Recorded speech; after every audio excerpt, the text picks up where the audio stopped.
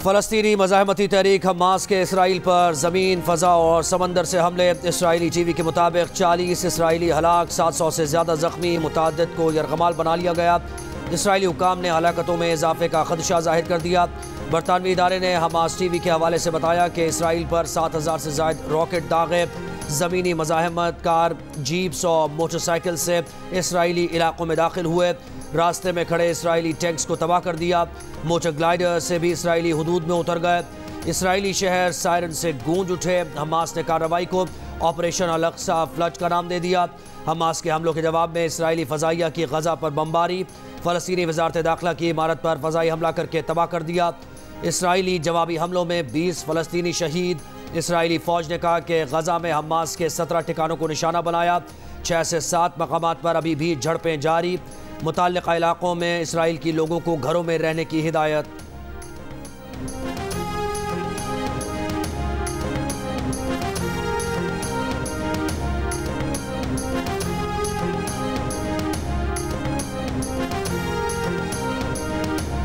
Hamas के operation Al-Aqsa flood के आगाज के बाद हमास के रहनुमा इस्माइल हनिया के सजदा शुक्र की वीडियो जारी कर दी गई। वीडियो में इस्माइल हनिया टीवी स्क्रीन पर हमास के ताज़ा हमलों की खबर देखते हुए भी नजर आ रहे हैं।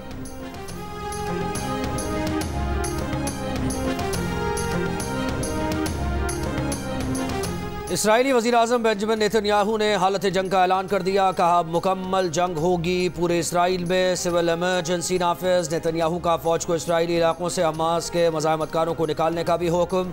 फ़लस्तीनी सदर महमूद अब्बास का जवाब। कहा फ़लस्तीनी अवाम को यहूदी आबादकारों और इसराइली काबिज़ फ़ौजियों की दहशतगर्दी के ख़िलाफ़ अपना दिफा करने का हक़ हासिल है। फ़लस्तीनी अवाम आबादकारों की दहशतगर्दी और काबिज़ अफवाज के ख़िलाफ़ अपना दिफा करें।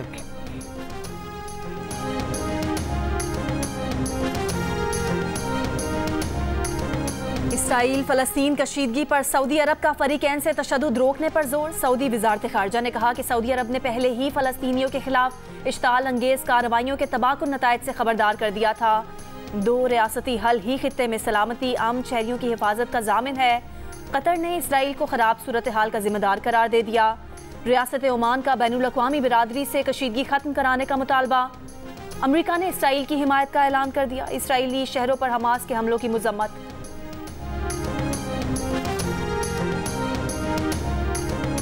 रहमान आजकल खामोश है, बात नहीं कर रहा। क्यों नहीं कर रहा? वो मेरी रिवायात हैं। मैं जिससे जंग लड़ता हूं फिर उसकी भी हाथ खुले होने चाहिए, मेरे भी हाथ खुले होने चाहिए। मेरा मुखालिफ कैद में हो, मैं उसके खिलाफ जलसे और तकरीरें करूं, मज़ा नहीं आता। मैं चाहता हूं हर सियासतदान के लिए कि वो जेल से बाहर हो।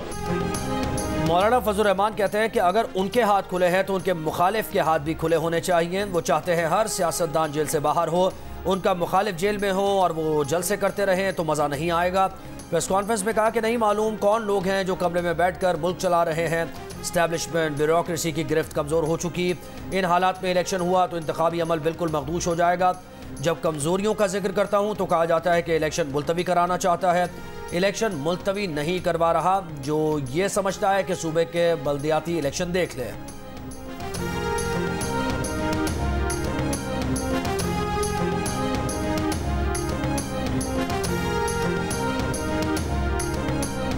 Chairman Peoples Party Bilawal Bhutto Zardari ने कहा है कि पीपल्स पार्टी हर वक्त इलेक्शन के लिए तैयार है।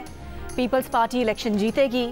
मौलाना फजल रहमान के बयान के सवाल पर बिलावल ने कहा कि जो भी जमहूरी सियासतदान है वो यही कहेगा कि हर मसले का हल इलेक्शन है। फजल रहमान एक जमहूरी सियासतदान है, उनका नहीं ख्याल कि वो इलेक्शन मुखालिफ हैं।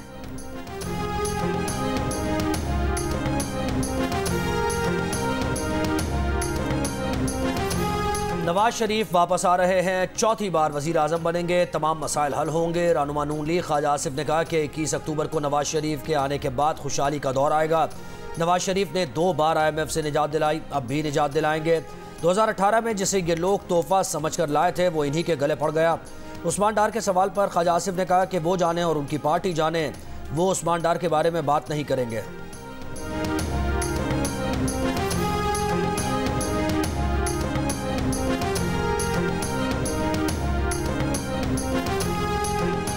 बड़ा मुश्किल है। किसी पार्टी को माइनस नहीं किया जाएगा और नहीं किया जा रहा है। इलेक्शन कमीशन ने तारीख नहीं दी है, क्या रीजंस हैं? कुछ सियासतदान कहते हैं कि मौसम अच्छा नहीं है हमारे इलाके में, कुछ कहते हैं कि इलेक्शन हो जाए, कुछ खामोश हैं। किसी एक सियासी पार्टी को माइनस करके इलेक्शन बड़ा मुश्किल है।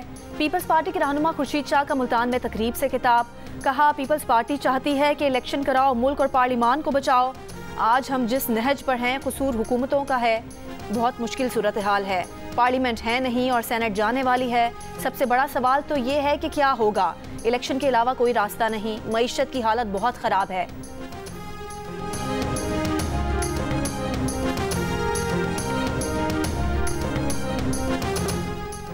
दहशतगर्द ग्रुप की अहमदाबाद में नरेंद्र मोदी स्टेडियम धमाके से उड़ाने की धमकी। भारतीय मीडिया के मुताबिक भारतीय पुलिस को मौसूल ईमेल में दहशतगर्दों का 500 करोड़ रुपए देने और गैंगस्टर रवि बिश्नोई की रिहाई का मुतालबा। दहशतगर्द ग्रुप की ईमेल में कहा गया है कि मोदी स्टेडियम पर हमले के लिए लोग भी तैनात कर दिए गए हैं। भारतीय पुलिस ने धमकियों का इल्जाम खालिस्तान तहरीक के रहनुमा पर लगा दिया।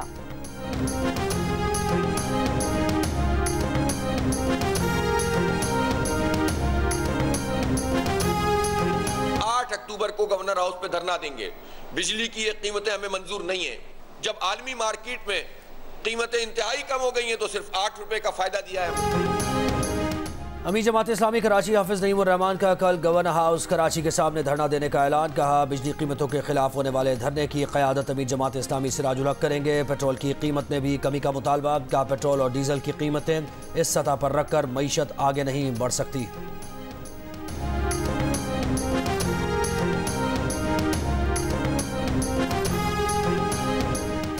मेयर कराची मुर्तज़ा वहाब 3 यूसी से ज़िमनी बल्दियाती इंतखाब लड़ेंगे। कागजात नामजदगी जमा करा दिए। मीडिया से गुफ्तगू में कहा कि शहरियों की खिदमत होनी चाहिए, चाहे काम कोई भी करे। बुग़्ज़े मुर्तज़ा और बुग़्ज़े पीपल्स पार्टी में इल्ज़ामात ना लगाए जाएं। जब टाउन चेयरमैन से मिलते हैं हाफिज नईम नाराज़ हो जाते हैं। ये कैसे मुमकिन है कि कोई वोट लेकर मुंतखब भी हो और उसको काम ना करने दिया जाए।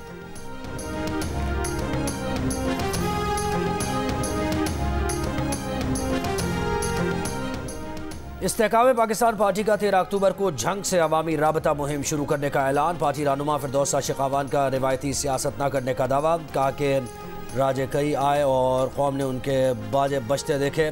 लॉन्ग मार्च और धरनों से पाकिस्तान को नुकसान पहुंचा।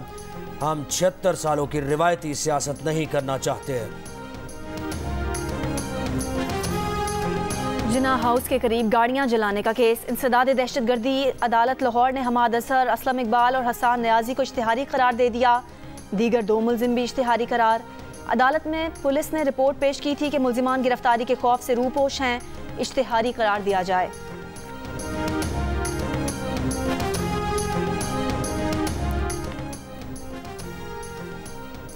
9 मई का वाक़या ऐसा वाक़या है जो भारत भी पाकिस्तान के खिलाफ नहीं कर सका। नून लीग के रहनुमा या सादिक का भावलपुर में वर्कर्स कन्वेंशन से खिताब। कहा हमने मार्च 2022 में सिर्फ और सिर्फ पाकिस्तान को बचाने के लिए इक़्तिदार लिया था। सियासी इत्तेहाद के साथ इक़्तिदार हासिल किया। पाकिस्तान की मुश्किलात के खात्मे के लिए काम किया। मैं तो कहता हूँ कि आइंदा वज़ीर आज़म के लिए 2-3 कैंडिडेट जो मुझे नज़र आ रहे हैं ना, जिनकी मैं बातें सुनता हूँ, मियां नवाज शरीफ की हेल्थ रिपोर्ट देखने के बाद, शहबाज शरीफ की गुफ्तगू सुनने के बाद और जरदारी की आनियाँ जानियाँ देखने के बाद इन तीनों को रिटायर कर देना चाहिए पाकिस्तान की सदन से। नवाज शरीफ, शहबाज शरीफ और आसिफ जरदारी को रिटायर हो जाना चाहिए। एजाजुल हक का मशवरा। प्रेस कॉन्फ्रेंस में कहा कि चौधरी परवेज इलाही और चौधरी शुजात के दिल में एक दूसरे के लिए मोहब्बत है, लेकिन बच्चों के दिल में नहीं। सब सियासी जमातों के लिए लेवल प्लेइंग फील्ड होनी चाहिए। पिछले चीफ जस्टिस ने जाते जाते छक्का मारा है। 16 माह की PDM हुकूमत ने अवाम के लिए कुछ नहीं किया।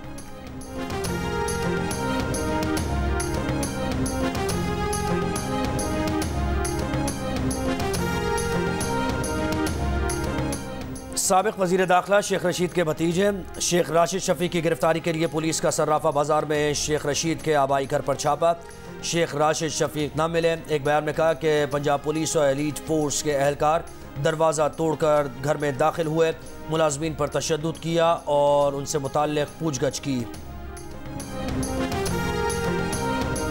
स्वात में PTI के साबिक सूबाई वजीर डॉक्टर अमजद अली समेत 8 रहनुमा गिरफ्तार। पुलिस के मुताबिक तमाम PTI रहनुमाओं को PK-7 में कॉर्नर मीटिंग पर गिरफ्तार किया गया। गिरफ्तार अफराद को थाना गालीगे मुंतकिल कर दिया गया।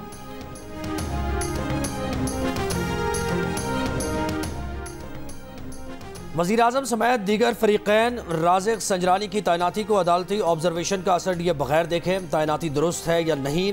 इस्लामाबाद हाई कोर्ट का चेयरमैन सेनेट के भाई राज़िक़ संजरानी की बतौर MD सेंडिक मेटल्स तैनाती पर अदालती फैसले की कॉपी वज़ीर-ए-आज़म के प्रिंसिपल सेक्रेटरी को भेजने का हुक्म।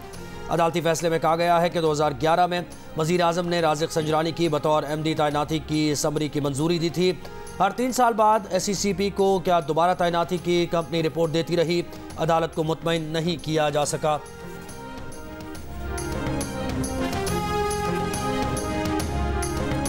सुप्रीम कोर्ट ने एक हफ्ते में 224 केसेस निपटा दिए। सुप्रीम कोर्ट एलामिये के मुताबिक ये केसेस 2 से 6 अक्टूबर के दरमियान निपटाए गए। चीफ जस्टिस पाकिस्तान और मुअज़्ज़िज़ जज साहिबान मुकदमात तेजी से निपटाने के लिए पुरअज़्म हैं।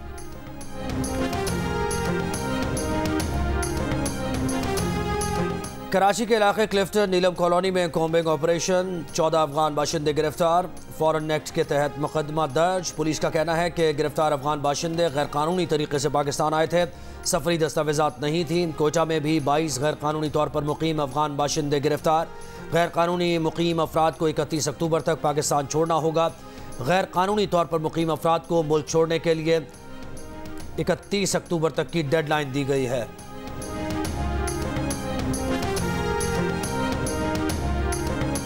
मुश्किलात और चैलेंजेस के बावजूद पाकिस्तान अफगान शहरियों की महफूज वापसी यकीनी बनाए। अक़वाम मुत्तहिदा के इदारे बराए महाजरीन का मुतालबा।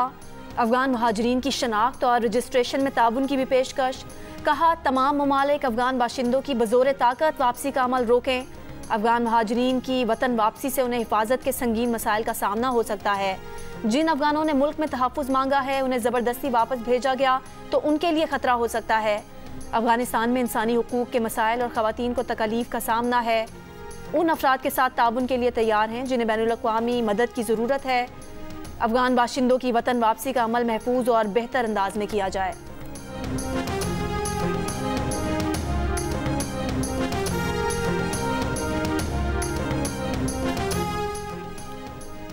TTP के दहशतगर्दों को अफगान सरजमीन में मुकम्मल आज़ादी हासिल है। TTP की पाकिस्तान के खिलाफ जंग में अफगान खुदकुश बमबारों की शमूलियत के शवाहिद भी हैं। ज़राए के मुताबिक TTP के दहशतगर्दों के पाकिस्तान के कबायली इलाकों में ज़ाती नौइयत के ताल्लुकात उस्तवार हो चुके हैं। अफगान तालिबान के कुछ ग्रुप नज़रियाती नुक्ता नज़र से TTP की हिमायत को मजहबी और कौमी जिम्मेदारी समझते हैं। अफगान तालिबान के कुछ सिपाहियों का कहना है कि उनके जिहाद का अगला हिस्सा पाकिस्तान के खिलाफ जंग है। दिफाई माहिरीन के मुताबिक काबुल में तालिबान के कंट्रोल से TTP को सबसे बड़ा फ़ायदा तब हुआ जब काबुल की जेल में कैद सैकड़ों दहशतगर्दों को रिहाई मिली।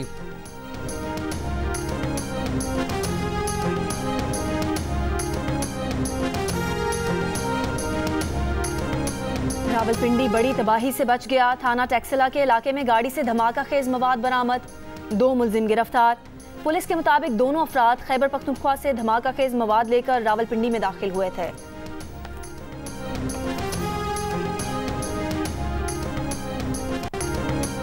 पाक बहरिया की कमान तब्दील, एडमिरल नवीद अशरफ नए सरबराह बन गए। PNA ज़फ़र इस्लामाबाद में सुबुकदोश होने वाले naval chief admiral Mohammad Amjad Khan Niazi ने बहरिया की कमान एडमिरल नवीद अशरफ को सौंपी। नेवी के जवानों ने नए चीफ को गार्ड ऑफ ऑनर पेश किया। अलविदाई खिताब में एडमिरल अमजद खान न्याजी ने कहा कि मुस्तकबिल के चैलेंजेस सामने रखते हुए सलाहियत बढ़ाना नागुज़ीर है। ब्लू इकानमी किसी भी मुल्क के लिए इंतहाई अहम होती है।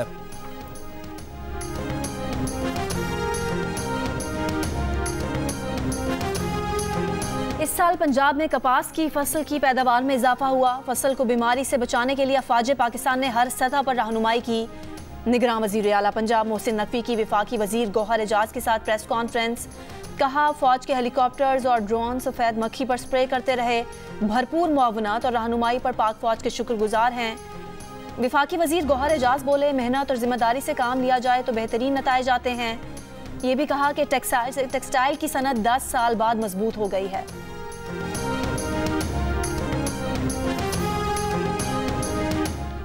निगरान वज़ीर आला पंजाब का अल सूब थाना डिफेंस का दौरा, हवालात में बंद मुल्जिमान से उनके केसेस का पूछा। भीख मांगने पर बंद मोहम्मद शख्स की रिहाई की दरख्वास्त पर निगरान वज़ीर आला ने उसे रिहाई दिलवाई। दरख्वास्तों पर कार्रवाई मुकर्ररा मुद्दत में यकीनी बनाने का हुक्म। कहा शहरियों की दरख्वास्तों पर कार्रवाई में ताख़ीर किसी सूरत बर्दाश्त नहीं होगी।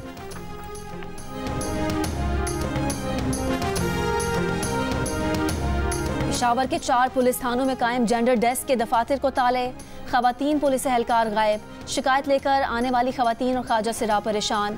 SP कैंट वकास रफ़ीक का कहना है कि डेस्क पर अमला ना होने की वजह पोलियो मुहिम या दूसरी ड्यूटीज़ हैं।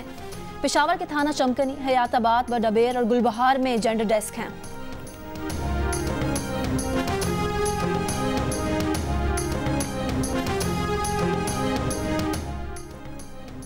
सियालकोट के इलाके समड़ियाल में बाप ने पसंद की शादी करने वाली बेटी और दामाद को फायरिंग करके कत्ल कर दिया। मुलजिम गिरफ्तार। पुलिस के मुताबिक लड़की शौहर के हमरा वालिद से मिलने आई थी। उसने 4 माह कबल पसंद की शादी की थी। लोधरा के नॉन फॉर्मल स्कूल जम कल्यार के प्रिंसिपल पर खातून टीचर से ज्यादती का इल्जाम। टीचर के वालिद की मुद्दईयत में प्रिंसिपल और 2 साथियों के खिलाफ मुकदमा दर्ज।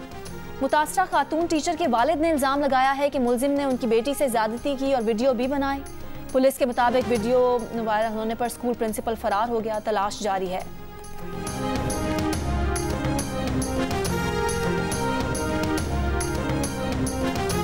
हंगू में तेंदुआ न पकड़ा जा सका। लोधी खेल रईसा में मेन GT रोड पर तेंदुए की तलाश का ऑपरेशन आज तीसरे रोज भी जारी। SDFO के मुताबिक गुज़श्ता रात तेंदुआ इलाके में दोबारा देखा गया। आज नए लाहे अमल के साथ तेंदुए को पकड़ने की कोशिश करेंगे।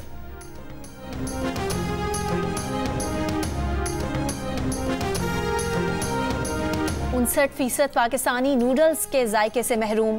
कभी ना खाने का कहा। अलबत्ता 39% ने नूडल्स को पसंदीदा डिश करार दिया। कहा खूब शौक से खाते हैं। गैलप पाकिस्तान ने अवाम की आरा पर मबनी सर्वे जारी कर दिया।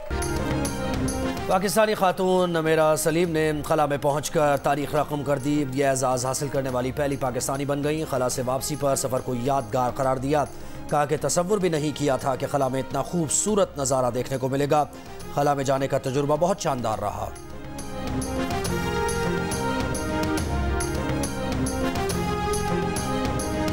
कराची चिड़ियाघर के बाहर भूरे हिमालयन रीछ रानों को कैद में रखने के खिलाफ एहतजाज। मुजाहिरीन को चिड़ियाघर में दाखिले की इजाज़त नहीं दी गई। मुजाहिरीन का कहना था कि रानों के पिंजरे के बाहर खामोश एहतजाज करना चाहते थे। चिड़ियाघर इंतज़ामिया का कहना है कि हुजूम को चिड़ियाघर के अंदर जमा होने की इजाज़त नहीं दी जा सकती।